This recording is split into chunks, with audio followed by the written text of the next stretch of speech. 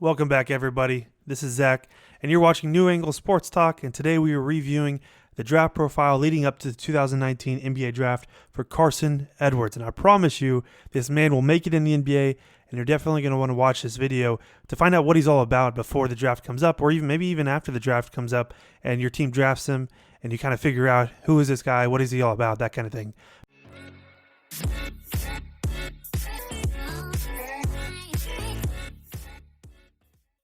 Before we get started, be sure to hit the like button and remember to subscribe to see more videos just like this.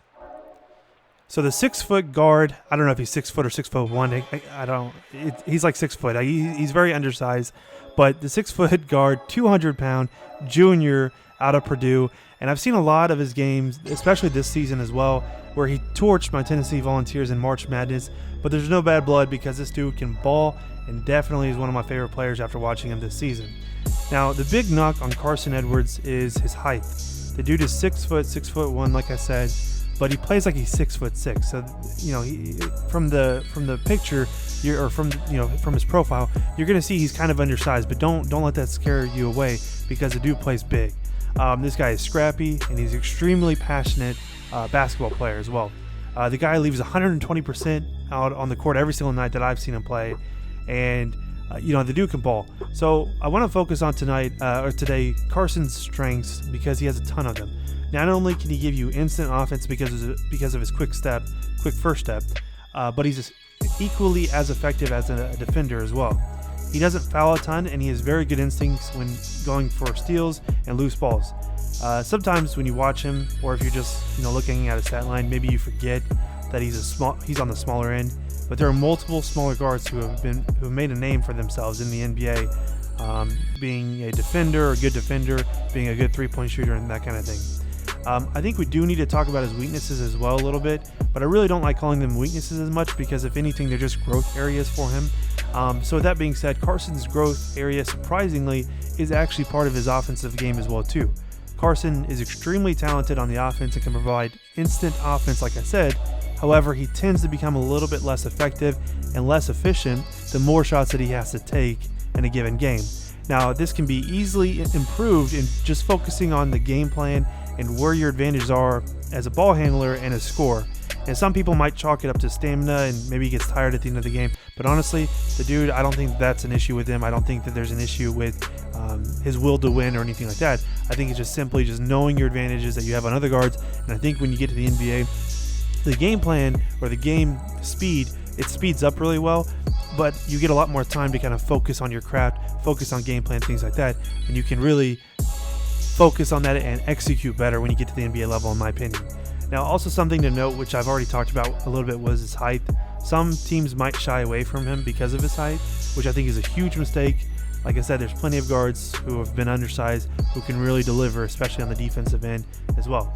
Now, let's talk about some of Carsen's key matchups that he's had this year. And honestly, there's a ton of them. It's hard to kind of narrow them down. So I did my Eric Pascal video. If you guys haven't seen that, go check it out. But on him, I focus about two matchups. On Carsen Edwards, though, I want to focus on like maybe 4 or 5 of them as well.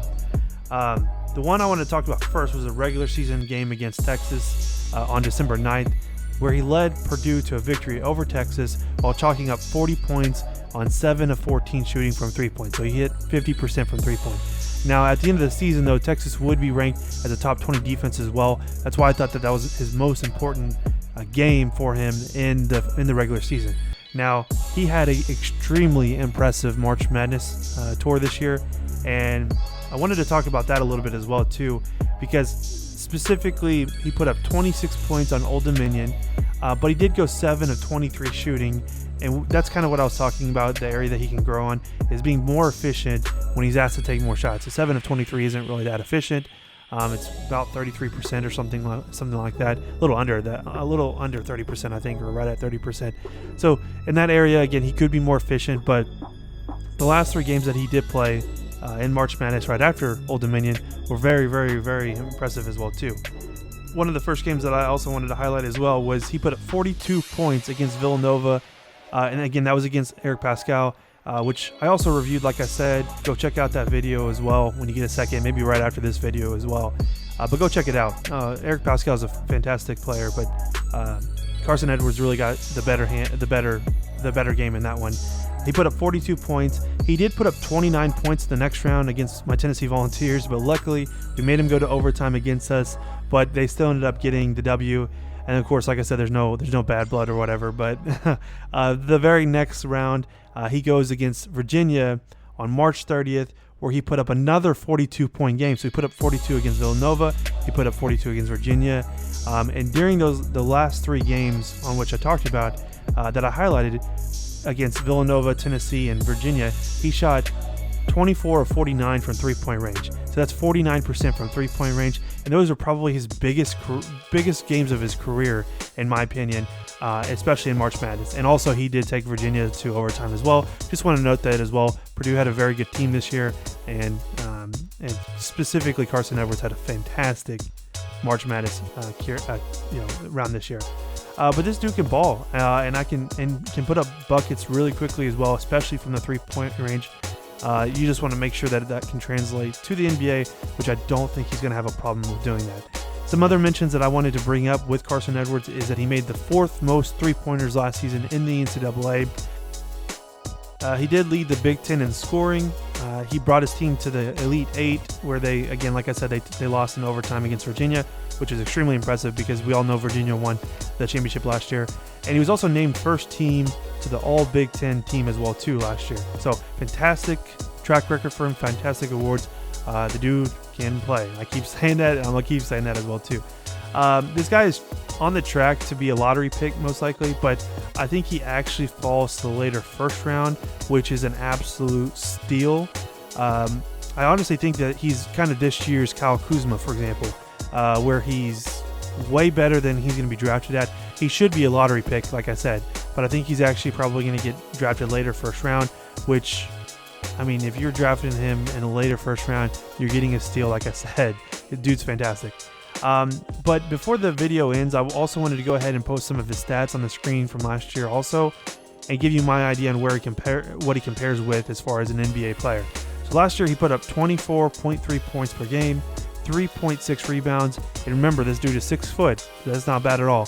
2.9 assists, which you would like to see go up more in the NBA, but if he's more of a scorer than a passer, so be it. Three assists a game isn't bad.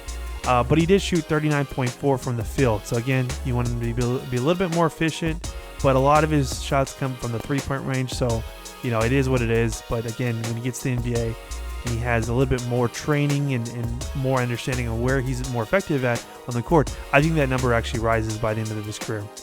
When he comes into the NBA, I don't know if he's actually going to hit the ground running or if it's going to take him a few years to kind of come into his own.